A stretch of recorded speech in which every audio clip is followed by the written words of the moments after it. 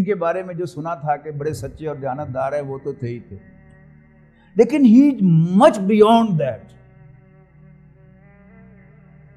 اخلاق میں، کردار میں، معاملہ فہمی میں، ڈیسیژن میکنگ میں جواب نہیں۔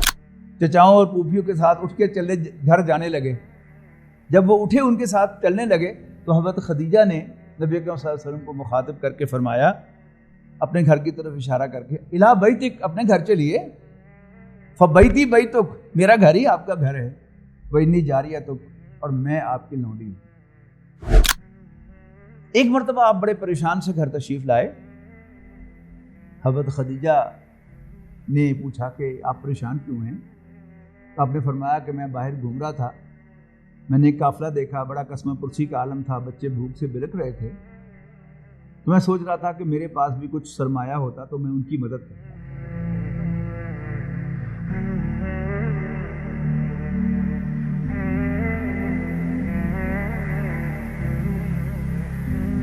وَوَجَدَكَ عَائِلًا فَأَغْنَىٰ، نبی اکرم صلی اللہ علیہ وسلم کے والد آپ کی دنیا میں آنے سے پہلے، تشریف لانے سے پہلے اللہ کو پیارے ہو چکے تھے۔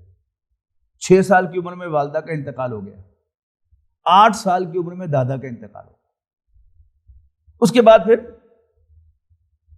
ابو طالب کی سرپرستی میں خاندان کی روایت یہ تھی کہ یتیم بچہ خاندان کے سربراہ کی ڈائریکٹ سپرویژن میں چلا جاتا تھا۔ پہلے عبد المطلب خاندان کے سربراہ بھی تھے، دادا بھی تھے، دادا تو باپ ہی ہوتا ہے، لیکن اب کیا ہے، خاندان کے سربراہ ابو طالب ہیں، اور میں نے عرض کیا کہ وہ ایک آئیڈیل سربراہ خاندان ثابت ہوئے، لیکن یہ بات ذہن میں رکھنی چاہیے، ابو طالب واز ناٹ اے ریچ مین، لہذا گولڈن سپون تو بہت دور کی بات ہے، سلور سپون کے ساتھ بھی نبی اکرم صلی اللہ علیہ وسلم کو فیڈ نہ کر سکے، لہذا نبی اکرم صلی اللہ علیہ وسلم کو اپنے ابتدائی دور میں بڑی سخت مشقت سے گزرنا پڑا، اور خود آپ کے فرمان کے مطابق میں نے بڑے معمولی معاوضے پر فلاں گھرانے کے جانور چرائے۔ کہاں چرائے ہیں؟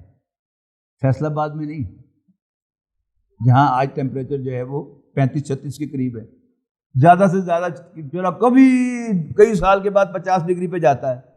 مکہ مکرمہ میں نارملی ٹیمپریچر 50 ڈگری پہ جاتا ہے۔ مجھے ایک صاحب نے سعودی گزٹ کا کٹنگ دکھائی، کہتے میں خود اس وقت موجود تھا مکے میں جب 60 degree 60 degree centigrade temperature ہوا تھا مکہ مکرمہ کا، وہاں آپ نے جانور چرائے ہیں، اور معمولی معاوضہ ہے، پتہ نہیں خود کہاں سے کھاتے ہوں گے، تو کسی کو کھلانے کا سوال ہی نہیں۔ تو آپ نے جو انسانی خدمت کا جذبہ تھا وہ موجود تھا، لہذا 2 ایسے کام آپ انسانی خدمت پہ کیا کرتے تھے جس میں پیسہ خرچ نہیں ہوتا۔ معلوم ہے کون کون سے بڑا؟ یتیموں کی سرپرستی، بیواؤں کی خبرگیری، پڑھا ہوا ہے نا؟ یتیم کی اصل ضرورت کیا ہے؟ پیسہ نہیں۔ کوئی اس کو اس طرح گلے لگائے، ایسے اس کا منہ چومے کہ اگر اس کا باپ زندہ ہوتا تو اس کا منہ چومتا۔ میں بھولتا نہیں واقعہ، میں کیونکہ ڈینٹل سرجن ہوں، تو ایک پیشنٹ تھی میری پرانی، پوری فیملی میری پیشنٹ تھی، یعنی مڈل ایج کی خاتون، 40 سال سے اوپر ہی ہوں گی، اس لیے کہ اسی دن وہ مجھے کہہ رہی تھی کہ بیٹی کا رشتہ آیا ہوا ہے، ڈاکٹر صاحب دعا کریں کہ اللہ تعالیٰ خیر کرے۔ اس کا مطلب کیا ہے کہ وہ 40s میں ہوگی خود، تو مجھے کہتی ہے کہ جی ڈاکٹر صاحب میں اب دکھاتی بھی رہتی ہوں آپ کو، جو علاج آپ کہتے ہیں وہ بھی کرتی رہتی ہوں، پھر بھی میرے دانت خراب کیوں ہیں؟ ہمارے یعنی طب کے شعبے میں، میڈیسن کے شعبے میں فیملی ہسٹری جو ایک خاص چیز ہوتی ہے کہ آپ کی فیملی میں جو بیماریاں چل رہی ہیں وہ آگے منتقل ہوتی ہیں۔ تو میں نے اس سے پوچھ لیا کہ میں نے کہا جی آپ کے والدین کے دانت کیسے ہیں؟ یہ کوئی 40 سال کو تو لازم نہیں نہ ہوتا کہ والدین فوت ہوئے ہوں، زیادہ امکان یہی ہے کہ والدین زندہ ہوں گے۔ آپ حیران ہوں گے بیٹا کہ وہ بیچاری زاروں قطار ہونے لگی میری کرسی پہ بیٹھے ہوئے، انہوں نے کہا جی میں نے تو ڈاکٹر صاحب اپنے والدین دیکھے ہی نہیں۔ یعنی وہ ایک شیخ گھرانے کی بچی تھی، میرا نہیں خیال کہ وہ کبھی بھوکی سوئی ہوگی، لیکن وہ جو ایک کمی ہے کہ میں نے تو اپنے والدین دیکھے ہی نہیں، اور وہ اس پر زاروں قطار ہو رہی ہے، ایک بال بچے دار خاتون، اس کا آپ اندازہ لگائیے کہ یتیم کی اصل ضرورت پیسہ نہیں، شفقت ہے، ٹھیک ہے نا؟ یتیم کی سرپرستی تو میں نے سمجھا دیا، بیواؤں کی خبرگیری کیا ہے اس کو بھی سمجھ لیں۔ آج کی بیوہ پر قیاس نہ کیجیے، آج سے 1500 سال پہلے کی بیوہ. اگر کوئی لڑکا شہر کا، گاؤں کا، محلے کا ہر دوسرے چوتھے روز جا کے پوچھتا رہے کہ اماں جی کوئی کام ہوئے تو دسو، ہے نا خدمت، اس پہ پیسہ نہیں لگتا. اس کے بعد جب آپ بڑے ہوئے تو آپ کے چاچا ابو طالب نے، جو آپ کے سرپرست بھی تھے، آپ کو تجارت کے پیشے سے وابستہ کیا. آپ تاجر نہیں تھے، یہ نوٹ کر لیں. تاجر تو ہوتا ہے جس کے پاس سرمایہ ہوتا ہے. تو آپ تجارت کے پیشے سے وابستہ ہوئے، لہذا آپ دوسروں کا مال لے کے جاتے تھے. یہ لکھا ہوا ہے شیکسپیئر کی کتابوں میں، لیکن ایک ایسے ہی جلدی میں جیسے لکھ دیا ہو کہ آپ نے تجارت شروع کر دی. تجارت نہیں شروع کی، تجارت کے پیشے سے وابستہ ہوئے، دوسروں کا مال لے کے جاتے تھے، اس میں آپ کو کمیشن ملتا تھا. بہت جلد مکہ مکرمہ میں ایک بات مشہور ہو گئی کہ ہاشمیوں کا یہ لڑکا محمد بن عبداللہ صلی اللہ علیہ وسلم، عجیب سیلز مین ہے، اپنے مال کا نقص بتا کر بیچتا ہے اور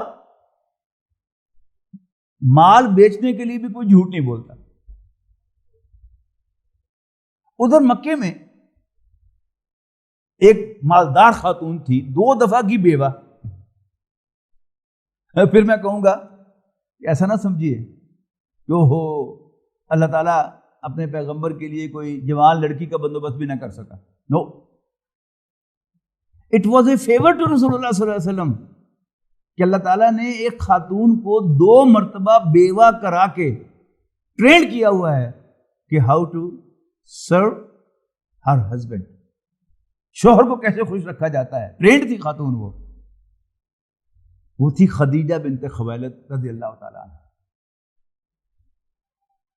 یعنی نبی کا ایک شریف بچہ جو نہ تاک جھاک کرتا ہو، نہ اور عورتوں کے پیچھے جو ہے وہ بھاگتا ہو، جب اس کی شادی کی عمر آئے گی تو اس کے ذہن میں کون سی پروپوزل آئے گی؟ کامن سینس کی بات ہے، بتائیں. اپنی کزنس جو بچپن سے اس کے ساتھ کھیلی ہوئی ہیں، جن کو وہ پہچانتا ہے. تو نبی اکرم صلی اللہ علیہ وسلم کا جو انتخاب گیا وہ اپنے چچا ابو طالب کی بیٹی ام ہانی کی طرف گیا. حضرت علی کی بڑی بہن تھی، بعد میں ایمان بھی لائی رضی اللہ تعالیٰ عنہ. باب ام ہانی بھی آپ کو ملتا ہے حرم شریف میں، یہ وہ ام ہانی ہے. لیکن ابو طالب نے رشتہ نہیں دیا، اس لیے کہ اللہ تعالیٰ نے تو ایک اور عورت تیار کی ہوئی تھی نبی اکرم صلی اللہ علیہ وسلم کے لیے. یہ جو خاتون تھی خدیجہ بنت خویلد، یہ مکے کی سب سے پاک باز خاتون مشہور تھی. الطاہرہ، دا چیسٹ ومن، پاک باز خاتون. ان کی ریپیوٹ کیا تھی کہ یہ پاک باز خاتون ہے، اور محمد بن عبداللہ صلی اللہ علیہ وسلم کی ریپیوٹ کیا تھی کہ وہ سچے اور دیانتدار اور کھرے آدمی. خدیجہ بنت خویلد نے محمد بن عبداللہ صلی اللہ علیہ وسلم کو بلایا اور کہا کہ تم میرا مال لے کے جاؤ، میں تمہیں باقیوں سے دگنی کمیشن دوں گی. اس سے پہلے حضرت خدیجہ نے کچھ خواب دیکھے تھے، جن میں سے ایک بتاتا ہوں آپ کو میں، کہ بہت نیک خاتون تھی، لہذا کوشش کرتی تھی کہ رات کو طواف کریں. خانہ کعبہ کا طواف تو بہرحال کرنا ہے، لیکن دن میں مردوں سے آمنا سامنا نہ ہو. تو پردے کے احکام تو ابھی نہیں تھے، لیکن جو ایک شریف عورت ہے اس کے اندر تو وہ نیکی اور شرافت ہوتی ہے. تو ایک دن رات کو لیٹ وہ طواف کر کے واپس آئیں، بچے سو چکے ہوئے تھے. تو ایسے ہی ایک جگہ بیٹھی دیوار کے ساتھ ٹیک لگا کے وہیں آنکھ لگ گئی. خواب دیکھا کہ سورج آسمان سے اتر کر میرے گھر میں آ گیا ہے اور ساری دنیا کے لوگ میرے گھر روشنی لینے کے لیے آ رہے ہیں اس سورج سے. اپنے چچا زاد بھائی ورقہ بن نوفل کو خواب سنایا تو انہوں نے کہا تمہارے گھر میں کوئی نبی آئے گا. بات آئی گئی ہوگی. تو نبی اکرم صلی اللہ علیہ وسلم نے اپنے چچا سے مشورہ کر کے حضرت خدیجہ کی یہ پیشکش قبول کی. حضرت خدیجہ کا مال لے کر گئے اور ساتھ اپنا ایک غلام میسرہ اور اپنا ایک بھتیجا بھی بھیجا، اور ان دونوں سے کہا کہ تم نے صرف آبزرو کرنا ہے اس شخص کو، اس کے کام میں دخل نہیں دینا، جو کہے وہ کرنا ہے. ظاہر اور ملازم بھی ہوں گے کام کرنے والے.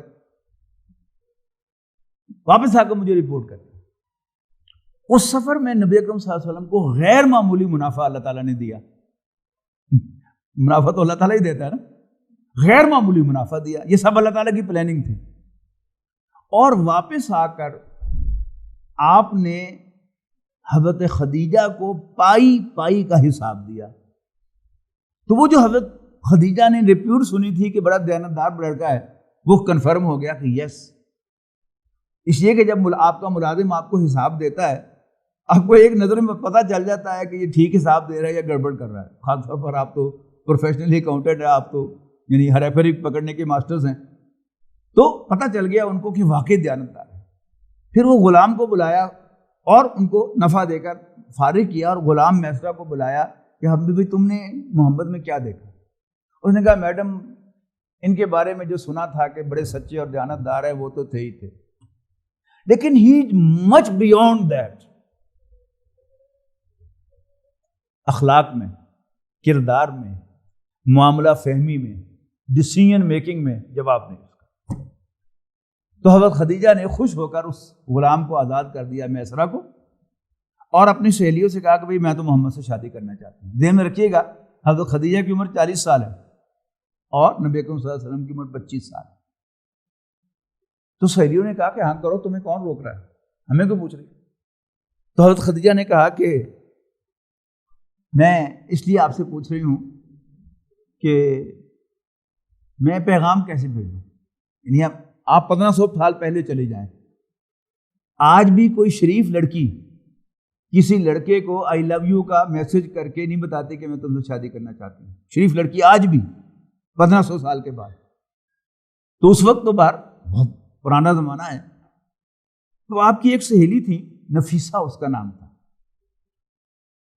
اس نے کہا کہ یہ مجھ پہ چھوڑ دو. تو نبی کے صلی اللہ علیہ وسلم طواف کر کے یوں نکلے باہر.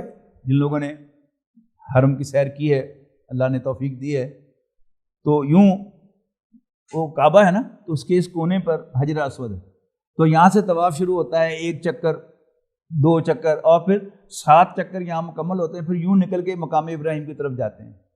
آگے سے آئی نفیسہ، انہوں نے کہا محمد تم نے شادی نہیں کرنی صلی اللہ علیہ وسلم. تو آپ نے فرمایا بھائی میں غریب آدمی ہوں، مجھ سے کون عورت شادی کرے؟ تو نفیسہ نے کہا اگر کوئی عورت تیار ہو تو. آپ نے فرمایا پہلے نام بتاؤ پھر میں ریسپونڈ کروں گا. اس نے کہا خدیجہ بنت خویلد تم سے شادی کرنے کو تیار. تو حضور نے فرمایا کہ اگر خدیجہ تیار ہے تو میں بھی تیار ہوں. اس لیے کہ میچ ہے نا، سچا اور امین اور پاک باز خاتون. آپ نے گھر جا کر چچا کو بتایا کہ خدیجہ کی طرف سے مجھے شادی کا پیغام ملا ہے. چچا بہت سمجھدار آدمی تھا، میں حیران ہوتا ہوں. اس نے اپنے دونوں بھائیوں کو بلایا مشورے کے لیے اور اپنی بہن کو بھیجا حضرت خدیجہ کے ہاں. صفیہ بنت عبد المطلب، غزوہ خندق میں پڑھتے ہیں نا، جنہوں نے وہ لٹھ مار کر یہودی کا سر جو ہے وہ بھیجا پاڑ دیا تھا، اس کا نکال دیا تھا، وہ حضرت صفیہ. ان کو حضرت خدیجہ کے گھر بھیجا کنفرم کرنے کے لیے کہ کہیں نفیسہ نے ہمارے بچے کے ساتھ مذاق تو نہیں کیا. حضرت صفیہ نے جا کر دروازہ کھٹکھٹایا، اندر سے لونڈی آئی. انہوں نے کہا تمہاری مالکن ہے؟ انہوں نے کہا جی. ان سے کہو کہ صفیہ بنت عبد المطلب آئی. اس نے جا کر اندر بتایا کہ صفیہ بنت عبد المطلب آئی ہیں. تو حضرت خدیجہ خود بھاگتی ہوئی باہر آئیں دروازے پر اور بڑے اعزاز کے ساتھ لے کر ان کو اندر گئیں. اچھا یہ جو رشتے وغیرہ کی باتیں ہوتی ہیں نا، یہ بٹا نہیں مار کے کی جاتی. یہ پہلے دور کی باتیں کی جاتی ہیں، پھر آہستہ سے وہ بات کی جاتی ہے. تو اس سے پہلے کہ حضرت صفیہ کہانی شروع کرتی تو حضرت خدیجہ نے کہا کہ آپ جو بات پوچھنے کے لیے آئی ہیں وہ درست ہے، میں نے واقعی محمد کو پروپوز کیا ہے صلی اللہ علیہ وسلم. اس کے بعد پھر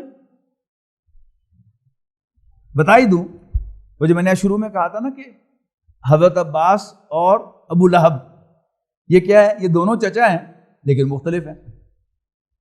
ابو لہب کو اول روز سے نبی اکرم صلی اللہ علیہ وسلم کے والد سے بھی خار تھی اور نبی اکرم صلی اللہ علیہ وسلم سے بھی خار تھی.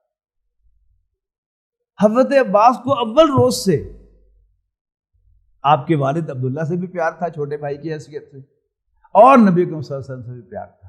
لیکن وہ جو خاندانی نظام ہے اس کو ذہن میں رکھیں گے تو آپ کو پتہ چلے گا کہ باوجود اس ساری محبت کے حضرت عباس رضی اللہ تعالی عنہ غزوہ بدر میں قریش کی طرف سے لڑتے ہوئے گئے تھے اور ان 70 قیدیوں میں شامل تھے جو قید ہوئے تھے، مسلمانوں کے ہاتھ لگے تھے. یاد ہے نا 70 قیدی یعنی 70 واصلے جہنم ہوئے، 70 قیدی ہوئے، ان 70 میں حضرت عباس بھی شامل تھے، اور اسی میں حضرت نبی کریم صلی اللہ علیہ وسلم کا داماد ابو العاص بھی شامل تھا، حضرت زینب کا شوہر۔ یہ زندہ حقائق ہیں، یعنی ہمارے سیرت نگاروں نے، ہمارے علماء نے ان چیزوں کو چھپا لیا، باتیں چھپی تو نہیں رہتی، حقائق ہیں۔ آپ زندہ حقائق جو ہے ان کو دیکھیں گے تو آپ کے لیے ہدایت کا سامان ہوگا، آپ کے پاؤں زمین پر لگیں گے کہ ایسا ہی ہوتا ہے۔ کیا گیا ہے عام طور پر کہ نبی اکرم صلی اللہ علیہ وسلم کے پیر ہی زمین پر نہ لگیں، ان کو ہوا میں اڑاتے پھریں، ایز اف وہ کوئی سپرسٹیشیس پرسنالٹی کے حامل تھے، میٹا فزیکل شخصیت تھی، کوئی روحانی شخصیت تھی، وہ انسان تھے ہی نہیں۔ تو اس کے بعد جب اس نے بلایا ابو طالب نے دونوں بھائیوں کو، ظاہر گھر میں حضور صلی اللہ علیہ وسلم بھی موجود تھے، تو ابو لہب نے کہا اے بےزتی نہ کرا دیں کدھرے، حضور صلی اللہ علیہ وسلم سے کہا۔ حضرت عباس نے ان کو کنفرنٹ کیا، کیوں؟ ساڑھے منڈے کی کسر ہے، سونا نہیں، گبرو جوان نہیں، صادق نہیں، امین نہیں، چپ کرا دیا اس کو۔ اس کے بعد یہ تینوں بھائی اب گئے ہیں فارملی سوال ڈالنے کے لیے، یہ جو انداز ہوتا ہے کہ پہلے پتہ وتہ کرایا جاتا ہے، پھر بڑے جو ہیں وہ باقاعدہ رشتہ مانگنے کے لیے جاتے ہیں، وہ ایک ڈرامہ سا ہی ہوتا ہے لیکن بہرحال ایک فارمل کاروائی ہوتی ہے۔ تو جب گئے تو سامنے سے حضرت خدیجہ کے چچا ان کے ولی کی حیثیت سے سامنے آئے، بات ہوئی، رشتہ طے ہو گیا۔ ابو طالب نے پوچھا کہ مہر کیا لوگے؟ اب حضرت خدیجہ کے چچا نے کچھ بولنا چاہا لیکن زبان اکھلا گئی۔ حضرت عباس نے کہا کہ تم بولو کیا مانگتے ہو؟ میں، وہ ساہوکار تھے نا، لوگوں کو سود پر رقم دیتے تھے اور سود وصول کرتے تھے، میں گھوڑے پر سوار ہو کر گاؤں گاؤں جا کر تمہارا مطالبہ پورا کروں گا، فکر نہ کرو۔ نہیں دیتے کو ایک کڑی کے انداز میں ہوتا ہے، اور رشتہ داریوں میں یہ وہ خاندان کا ذرا اونچا رکھنا، وہ بھی خاندان اپنی ٹانگ اونچی رکھنے کی کوشش کر رہا ہے اور یہ بھی اونچی رکھنے کی کوشش کر رہا ہوتا ہے۔ ابو طالب نے کہا کہ ہاں میں سمجھ گیا کہ تم ہینڈسم اماؤنٹ چاہتے ہو۔ پیچھے حضرت خدیجہ نے کہا یہ مہر میں ادا کروں گی۔ واہ! پھر ابو لہب نے بکواس کی، انہوں نے کہا لو جی نمی سنو، ہن عورتیں مہر دے دیا جی۔ پھر حضرت عباس نے کنفرنٹ کیا کہ منڈا کمدہ ہوئے کہ عورت ہر قیمت تے انہوں حاصل کر دی، اور تیرے ورگا نے گھٹو ہوئے کو پائی کا ہی وصول بھی کر دی۔ ڈیٹ طے ہو گئی شادی کی۔ اب اس نکاح کے لیے پھر یہ 5 آدمی گئے ہیں، تینوں بھائی، تینوں چچا، نبی اکرم صلی اللہ علیہ وسلم اور حضرت صفیہ، یہ بارات ہے کل۔ نکاح ہو گیا۔ اس کے بعد نبی اکرم صلی اللہ علیہ وسلم بڑی سادگی کے ساتھ اپنے چچا پھوپھی کے ساتھ، چچاؤں اور پھوپھیوں کے ساتھ اٹھ کے چلے گھر جانے لگے۔ جب وہ اٹھے ان کے ساتھ چلنے لگے تو حضرت خدیجہ نے نبی اکرم صلی اللہ علیہ وسلم کو مخاطب کر کے فرمایا، اپنے گھر کی طرف اشارہ کر کے، الا بیتک، اپنے گھر چلیے، فبیتی بیتک، میرا گھر ہی آپ کا گھر ہے، وانی جاریتک، اور میں آپ کی لونڈی ہوں۔ سبحان اللہ!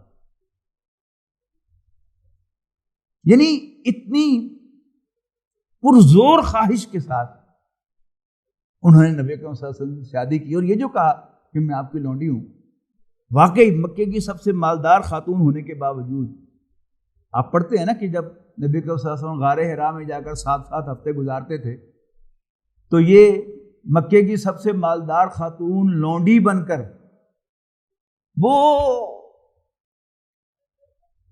800 فٹ کی بلندی پر یا 900 فٹ کی بلندی پر جا کر کھجوریں، ستو اور زمزم پہنچایا کرتی تھی۔ یہ ہے حضرت خدیجہ رضی اللہ تعالیٰ عنہ۔ اس کے بعد شادی ہو گئی، حضرت خدیجہ نے اپنا سب کچھ کھول دیا،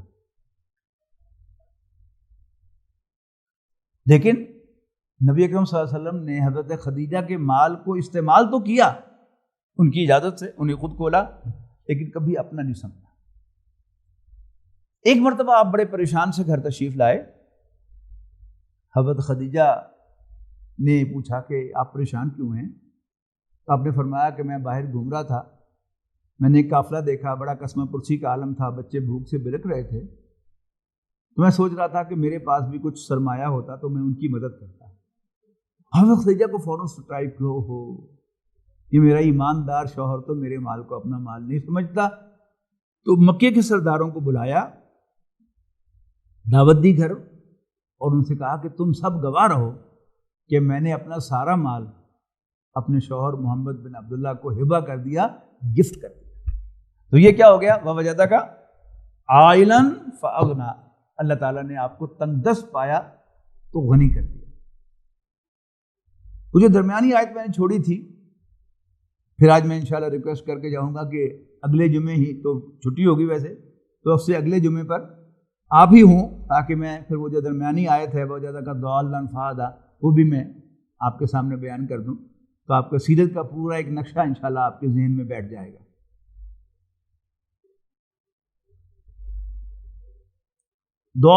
ضالین کا واحد ہے, یہ سورہ فاتحہ میں کہتے ہیں ولا ضالین, وہ جمع ہے, اس کا واحد ہے ضالن. مطلب کیا ہے اس کا؟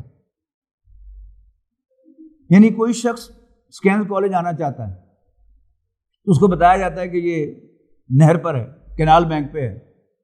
اب وہ آئے گا اسپیڈ جو ہے وہ سیدھا انڈر پاس پہ سے گزر کے وہ تو آگے پہنچ جائے گا. اس کو انڈر پاس میں داخل ہوتے ہوئے بورڈ تو نظر آ جائے گا, لیکن پھر وہاں سے وہ یو ٹرن لے کے واپس آئے گا, وہ پھر غلطی سے آرچک سڑک پہ چلا جائے گا. یعنی جب تک اس کو صحیح ڈائریکشن نہیں ملے گی کہ جی فلاں جگہ سے رائٹ ٹرن لینا ہے, فلاں جگہ سے یو ٹرن لینا ہے, اس کینس کالج نہیں پہنچ سکتا. تو جب وہ اس کو صحیح ڈائریکشن معلوم ہو جائے گی اس کو کہیں گے مہتدی, اور جب تک اس کو صحیح ڈائریکشن معلوم نہیں, کبھی ادھر جا رہا ہے کبھی ادھر جا رہا ہے, اس پر اطلاق ہوگا لفظ ضالن کا. جہاں تک ریلیجس ہدایت کا تعلق ہے, نبی اکرم صلی اللہ علیہ وسلم کا بدترین دشمن بھی آپ پر یہ انگلی نہیں اٹھا سکا کہ فلاں موقع پر محمد نے بھی صلی اللہ علیہ وسلم کسی بت کو سجدہ کیا. تو آپ ہدایت پر تھے اول روز سے, تو پھر یہ لفظ کیوں استعمال کیا گیا؟ انسانی خدمت کے اعتبار سے نبی اکرم صلی اللہ علیہ وسلم وہ کبھی ادھر جاتے تھے کبھی ادھر جاتے تھے. ابھی میں نے آپ کو بیان کیا نا, 2 واقعات تو بیان کر دیے کہ بچپن میں جب آپ کے پاس کوئی مال نہیں تھا تو بیواؤں کی خبر گیری اور یتیموں کی سرپرستی سے انسانی خدمت کیا کرتے تھے. پھر جب حضرت خدیجہ نے اپنا سارا مال دے دیا تو پھر آپ نے غریبوں کی خدمت شروع کر دی ہوگی, لیکن ایسا معلوم ہوتا ہے کہ جلد ہی آپ کو محسوس ہوا کہ نہیں, یہ ایلوژن ہے, یہ تنہا کرنے کا کام نہیں. تو آپ نے حلف الفضول جوائن کی. یہ کیا تھی؟ والنٹیئر آرگنائزیشن تھی, چیریٹی آرگنائزیشن تھی. بھوکوں کو کھانا کھلانا, جب کوئی مدد کو مکارے مدد کو پہنچنا, اور ظالم کا ہاتھ روکنا, یہ اس کے مینیفیسٹو میں شامل تھا. لیکن ایسی آرگنائزیشن بڑی قابل رحم ہوتی ہے. آپ ان کے ہیڈ کوارٹرز میں جائیں تو پہلے وہ چارٹ لگے ہوتے تھے, اب ڈیجیٹل ڈسپلے ہوتا ہے کہ ہماری آرگنائزیشن سن 2010 میں بنی, 2010 میں ہم نے 200 بھوکوں کو کھانا کھلایا, اگلے سال 500 کو کھلایا, پھر 1000 کو کھلایا, اب ہم ہزاروں کو کھانا کھلاتے ہیں ہر سال. اور خود ہمارے ملک میں یہ 2 جو چیریٹی آرگنائزیشن ہیں, ایدھی اور سیلانی, یہ روزانہ لاکھوں کو کھانا کھلا رہے ہیں. تو کیا بھوک ختم ہو گئی؟